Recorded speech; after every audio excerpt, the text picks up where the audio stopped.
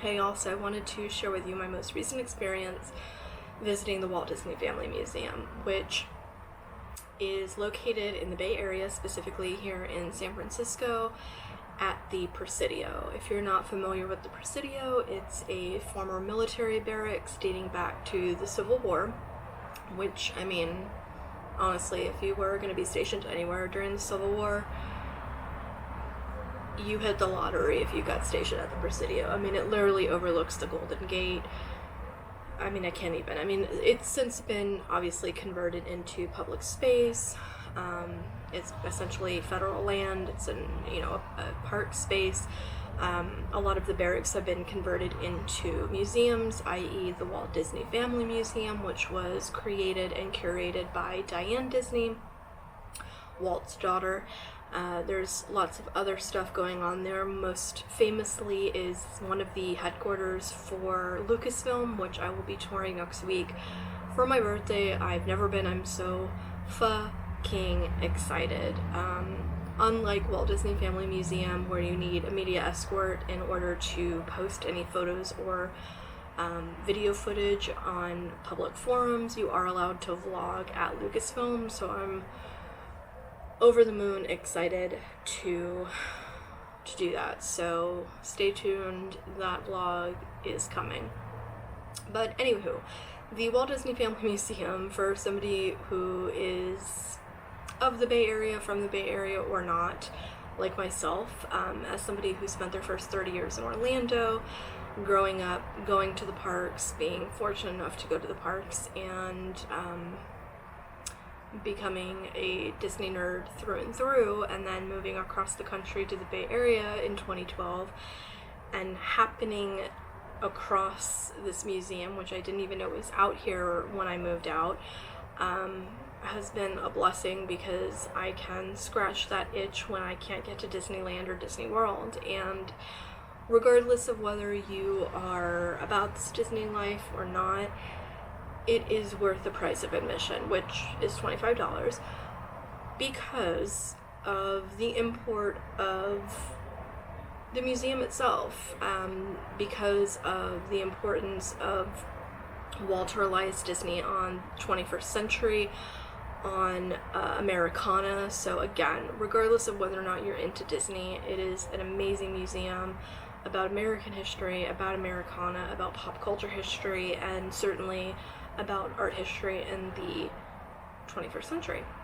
So in celebration of their 10-year anniversary, they're hosting a series of exhibitions. I believe this is the second that they've hosted. It's called Mickey Mouse from Walt to the World, and it's running until January of 2020, and it is exactly what it sounds like. It's the history of Mickey Mouse from his inception to modernity, current times. The exhibition is so large that it's actually housed in a separate building behind the main museum building. And it's curated by a gentleman named Andre Deha. And I'm going to actually link the vlogs of his formal tour of the exhibition in the description box. But he also, in addition to curating the exhibition, of course, wrote the companion book to the exhibition, which I purchased whilst there. When you walk in, the first thing you see is an original huge print by Les Clark of an early drawing of Mickey Mouse. You move into the exhibition and you start off with some of the earliest cells, including the earliest known drawing of Mickey Mouse from 1928, which is also included in this book. I don't know how, I should have bookmarked it. Oh, I did. So you get to actually, I mean, seeing it on the page is one thing, but seeing this, even though it's behind glass, I mean, is something completely different. So you get to see the history of the animation, from the rubber hose style of animation, back when Mickey Mouse had his eyes were just black circles, to when they decided to change his eyes and move into the more realistic, where you have the actual pupil being shown. Sorry, I just have to adjust the camera. So you get to see all of that. Are we here? Okay. Excuse me. So you get to see all of these original illustrations. There are countless cells dating back to the Silly Symphonies. You get to see cells from Shanghai. You get to see cells and original sketches from Fantasia, which they were screening. I'll get back to that. There is an entire section of the exhibition just on merchandise, and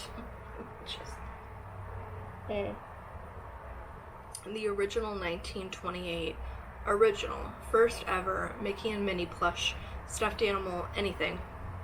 The 1928 original Mickey and Minnie stuffed animals are there, behind glass. They're there. Seeing them like an inch away from your face for somebody who loves Disney and especially loves stuffed animals, collects stuffed animals, is really, like, it takes you aback.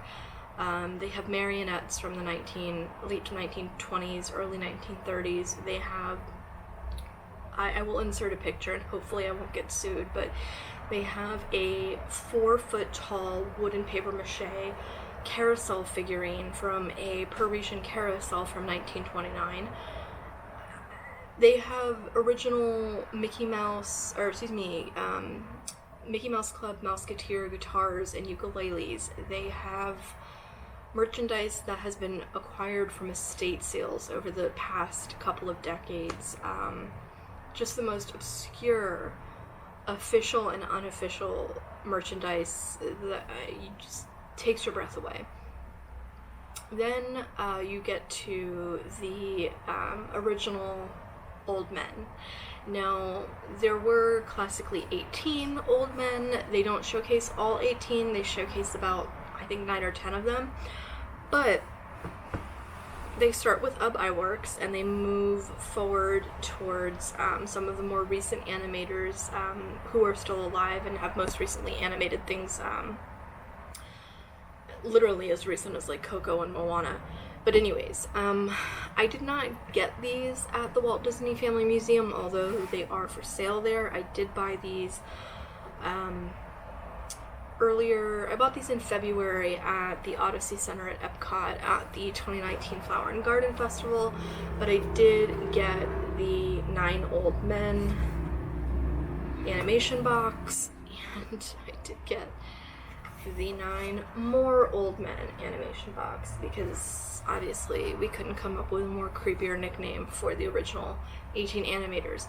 But essentially what they are, when you open the box, is a series of the 9 plus 9, 18 animators, and a compendium of some of their more prolific work in the form of a flipbook. So my 2 favorites are Les Clark, and I will circle back to him because there was an amazing display by Les Clark, and I did get a t-shirt. The flipbook, I don't know if the camera's going to catch this, is of the, can you see that? Of the broom and, I asked that question like somebody's going to answer me, of the broom and the bucket from Fantasia. Yeah, not going to happen. But anyways, there's that one, and then there is Walt Disney's very first companion friend and one of the most undersold, underwritten about, underappreciated animators in all of Disney history, Ub Iwerks. They do go into great detail about him at the museum, but he is included in the flipbook collection. And so I literally learned more at that exhibition than I probably have in the last year of grad school. I mean, it was that good of an exhibition. They have, oh my god, this, and I'll link this below, Andre Deha, again, who curated the exhibition, a current animator at the Walt Disney Company, who, of course, again, wrote the compendium, the companion book. In the tour we'll show this, but it's one thing to see it on camera, it's one thing to see it in the book, it's quite another thing to see it in real life. But Under a glass display is a beautiful picture of Walt and Charlie Chaplin together, and a typed letter from Walt to Charlie, basically sharing his gratitude for Charlie's advice on how to exploit and sell Snow White as Walt Disney's first major motion picture. So it's really something to just see it there on paper in front of your face. If you follow the Tim Tracker, when he and Jen went on their tour of the exhibition, they actually show it as well, so you can see it there too. And I'm sure other people have, other vloggers have shown it too. You have to have a media escort if you want to post your video or photographic footage. I could have done that, but I decided not to because I wanted to be able to go back and forth, go to the museum, and they were screening Fantasia and Bambi. So let's get to that. I sat through about half of Fantasia because I had seen it before and because I wanted to be able to bounce around, but I had never seen Bambi on the big screen before. They were screening Bambi. So to do all four things, the museum admission is $25, the exhibition was an additional $10, well worth it, and the two movies I got to see for an additional $5, so $45 in total, not including my merchandise. Let me just tell you, there were two kids in the it's a very small theater, probably seats about 100. There were two kids in the entire theater. The rest of the theater was filled with grown-ass people. I was probably one of the youngest sitting in it, 36 years old. Everybody else, there were some people well into their 60s and 70s. There were some people there by themselves, just like having a moment. Everyone was laughing. Everyone was just like in it, and it was just such an experience to see like such a classic Disney movie with like-minded people, and not in like an AMC experience, but like in a intimate theater with people that just grew up with this movie. And I swear to God, I'm gonna have to reenact this for you, but like the moment when Bambi's mom is about to get shot, I swear to God, everyone in the theater does this. Hopefully the camera will catch this. So I'm towards the back of the theater, right? And like you literally see, like right before it's about to happen, you see everybody silhouette do this. Like everybody just lifts their arm, puts their elbow on their other hand, and just like braces like this. And you see this. Like I swear to God, I saw like 40 people do this. Just their silhouettes, like just bracing for it. It was incredible. And then like everyone knew the words to April showers. Like who knows the words to April showers? That was like amazing. Anyways, so yeah, for $40 to be able to see the museum, to be able to see the exhibition, and to be able to see two classic Disney movies, I think is well worth the price of admission. Yeah, so the other two things that I got were, they have in the gift shop every Walt Disney Golden Book. I got Bambi, I got Dumbo, and I got The Ugly Duckling. I had to do it. I used to have so many of them, and then I lost them over time, and there they are. I got The Art and Flair of Mary Blair, which I hope and pray that they do a Mary Blair exhibition at the Walt Disney Family Museum. If they haven't already, they need to do one. And then I got two shirts. So Les Clark, I got one of his original iterations of Mickey. Let me see if I can get that. Can't see what I'm doing, y'all. There we go. So this is actually what greets you. This exact painting of Mickey greets you when you first walk in, with Walt's quote above it that says, "Let's never forget that this all started with a mouse."